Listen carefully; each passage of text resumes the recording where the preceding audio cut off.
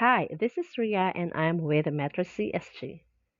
At work, we oftentimes receive emails that ask us for a meeting or an abrupt discussion or require us to have an event for our daily tasks. Instead of manually adding that to your calendar, you can convert email to an event and instantly add that to your calendar. For instance, I have a sample email here that asks if I can discuss about project A. So I have options to choose the button like schedule a meeting or just auto answer it.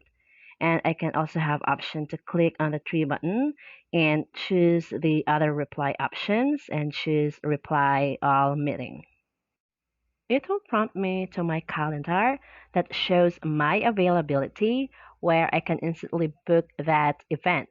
Or I can choose scheduling assistant so that I can use options to add attendees or add optional attendees or also add location or room. And then I can click send so that my colleague could receive the email confirmation for our event. Send individual emails or confirm the event to my recipient. Instead, it will directly send him or her a message and email confirmation that an event has been made. And that is how easy to convert email to an event instead of manually putting it in your calendar.